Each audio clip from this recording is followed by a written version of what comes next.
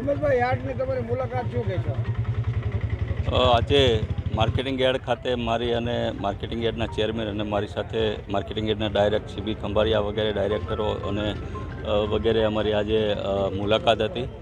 અને તમે જોયું છે કે ભાઈ માર્કેટિંગ યાર્ડની જે હરાજી જે છેલ્લા 2 દિવસથી પડદાના કારણે બંધ હતી એ માર્કેટિંગ યાર્ડ દ્વારા એ સત્તાધીશ રીતે આજે ચાલુ થઈ ગઈ છે. અને અત્યારે તમે જોઈ શકો છો કે ભાઈ રોજની આવક એ 50 લાખ મણથી 70 લાખ મણની આવક અત્યારે ચાલુ થઈ ગઈ છે. અને જે અત્યારે મેં પોતે જોયું કે ભાઈ જે રીતના વાહનની હરાજી જે કરવામાં આવે છે એ ખૂબ જ સ્પીડના કારણે ઊભી કરવામાં આવી રહી છે. અને રોજે રોજનું પેમેન્ટ જે છે ખેડૂતોને એને સાંજ સુધીમાં રોકડું મળી જાય તેવી પણ માર્કેટિંગ યાર્ડ દ્વારા વેપારીઓ દ્વારા વ્યવસ્થા કરવામાં આવી રહી છે. અને ખેડૂતોને કોઈ પણ પ્રકારની અગવડતા ન પડે એના માટે પાણીની વ્યવસ્થા, સવારે રાહત દરે નાસ્તાની વ્યવસ્થા એ બધી કરવામાં આવી રહી છે. અને તમે જોયું છે કે મારું બોટાદનું માર્કેટિંગ યાર્ડ જે છે એ સૌરાષ્ટ્રના બીજા નંબરનું સૌથી મોટું કપાસ ઉત્પાદન કરતું આ માર્કેટિંગ યાર્ડ છે. તમે જોયું છે કે સિઝનનો કપાસની દર વર્ષે આવક જે છે એ 90 લાખ મણ કરતાં પણ વધારે આ આવક ધરાવતું માર્કેટિંગ યાર્ડ છે. અને આની મેં રજૂઆત માનનીય સરકારશ્રીમાં પણ કરી છે કે ભાઈ મારું બોટાદ જે છે એને એક જીનિંગ અને સ્પિનિંગ સ્પેશિયલ ઝોન જાહેર કરી અને આયા મોટા ઇન્ડસ્ટ્રીઝ સ્પિનિંગ માલિકોને, જીનિંગ માલિકોને રાહત આપવામાં આવે તેવી પણ સરકારમાં એક માંગણી પડી છે. ટૂંક જ સમયમાં સરકાર આ વિશે પોઝિટિવ નિર્ણય પણ લેવા જઈ રહી છે. ઉમેશભાઈ, ખેડૂત મહાસભા ઘટના કેવી રીતે જોવો? જે રીતના છેલ્લા 2 દિવસમાં વિવાદ થયો હતો કે ભાઈ ખેડૂતોનો જે કપાસ લઈને આવે છે ત્યાં અમુક વેપારીઓ દ્વારા કે અમુક કમિશન એજન્ટો દ્વારા કડદો કરવામાં આવે છે.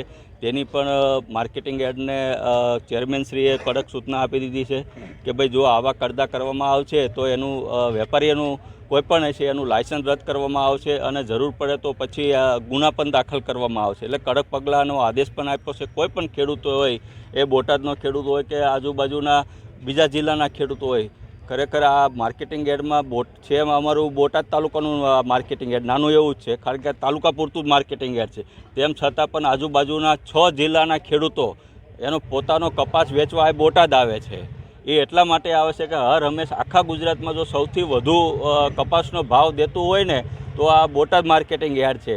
ગુજરાતમાં જે અન્ય માર્કેટિંગ યાર્ડો જે છે એની કરતાં 25 રૂપિયા 50 રૂપિયા મણે વધુ હોય છે આખા ગુજરાત કરતાં. અને બીજું બોટાદ જ એક માર્કેટિંગ યાર્ડ એવું છે કે જ્યાં ખેડૂત સવારે કપાસ હરાજી લઈને આવે છે, સાંજે તો એનો રોકડું 1 કરોડ સુધીનું પેમેન્ટ હોય તો એને રોકડું મળી જાય છે. અન્ય જિલ્લાઓ જે છે કે ભાઈ બાજુમાં જ રાજકોટ જિલ્લો છે, ત્યાં છે ગોંડલના ખેડૂતો, વિછિયાના ખેડૂતો, જસદણના ખેડૂતો અહીંયા હરાજીમાં આવે છે. બાજુમાં તે રાજકોટ જિલ્લો છે, ત્યાં બરવાળાના ખેડૂતો અહીંયા આવે છે, રાણપુરના ખેડૂતો અહીંયા કપાસ લઈને હરાજીમાં આવે છે. બાજુમાં ભાવનગર જિલ્લો છે તો વલભીપુર લગીનના ખેડૂતો અહીંયા કપાસમાં હરાજીમાં આવે છે. અમરેલીના જિલ્લાના પણ અહીંયા કપાસમાં આવે છે હરાજી કરવામાં. એ શા માટે આવે છે? એ એટલા માટે આવે છે કે માત્ર બોટાદ જ માર્કેટિંગ યાર્ડ એવું છે કે જ્યાં ખેડૂત હેરાન નથી થતો, પૂરતો ભાવ એને આપવામાં આવે છે, અન્ય માર્કેટિંગ યાર્ડ કરતાં વધુ ભાવ આપવામાં આવે છે, સુવિધા સારી આપવામાં આવે છે. એટલા માટે મારા બોટાદ તાલુકાના સિવાયના અન્ય જિલ્લાઓના પણ ખેડૂતો અહીંયા પોતાનો કપાસ વેચવા આવી રહ્યા છે. અને જે આ ઘટના બની છે એને મેં પહેલાં પણ વખોડી કે ભાઈ આ એક સુનિયોજિત કાવતરું ઘડવામાં આવ્યું છે. બોટાદની જનતાને બદનામ કરવાનું કાવતરું છે, મારા બોટાદના ખેડૂતોને બદનામ કરવાનું કાવતરું છે, મારા બોટાદના માર્કેટિંગ યાર્ડને બદનામ કરવાનું કાવતરું છે. એટલા માટે કે ભાઈ જો એ લોકોને બળતરા થાય છે કે ભાઈ આટલી બધી આવક બોટાદમાં જ કેમ થાય છે, કેમ ચોટીલામાં નથી થતી, કેમ લીંબડીમાં આપું જવાબ કેમ લીંબડીમાં નથી થતી? બરાબર, ત્યાંય તે માર્કેટિંગ યાર્ડ છે જ. તે દરેક જગ્યાએ દરેક તાલુકામાં રાજ્ય સરકારે પોતપોતાના માર્કેટિંગ યાર્ડ બનાવ્યા છે. તો લીંબડીના ખેડૂતો આ બોટાદમાં શા માટે કપા લઈને આવે છે?